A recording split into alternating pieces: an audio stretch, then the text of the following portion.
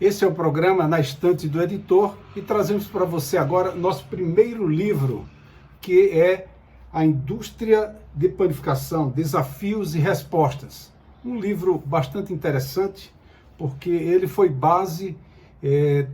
um dos livros base para a produção do livro A História da Panificação, uma fantástica história do pão e da evolução das padarias.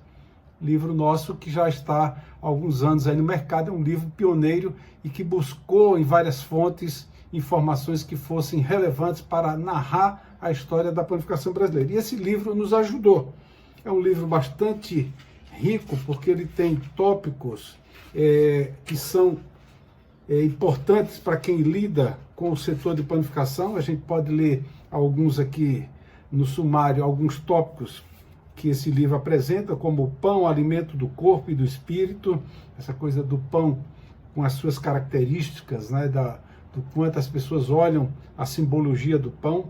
A padaria da esquina é outro capítulo, pão que multiplica riquezas, muito interessante também. A história política do trigo, né? Para fazer o pão tem que ter o trigo, tem que ter o moinho que extrai a farinha.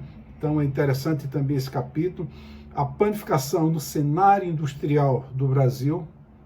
A panificação já foi bastante representativo na vida das cidades em termos de emprego e de geração de financeira. Claro que outras indústrias foram crescendo e a importância dela, mas a gente sabe o quanto, em termos de faturamento, as padarias representam. Quer dizer, são bilhões de reais que o setor de panificação produz a cada ano. Então, tem uma relevância também muito importante. E movimenta outros setores, né, como indústria de equipamentos, de insumos, matérias-primas e tudo isso.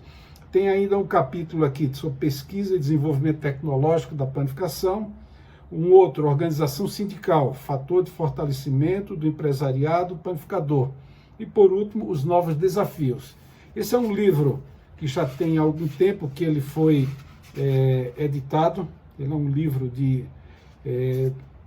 que foi ali no período do 19º Congrepan, então foi 1991, mas para você que gosta do setor de panificação, se interessa pelo setor de panificação, está aí uma dica para você. Aparece a capa do livro, para você se identificar e procurar também num sebo ou numa livraria. Provavelmente você vai encontrar só no sebo, porque é um livro que já tem alguns anos, né? Então é importante você estar se atualizando sobre essas coisas, e são fontes de pesquisa também, né? Então é assim que a gente faz esse programa. Aparece aí para você dar um like, e a gente agradece por isso. Se inscreva no nosso canal, muito importante para a gente.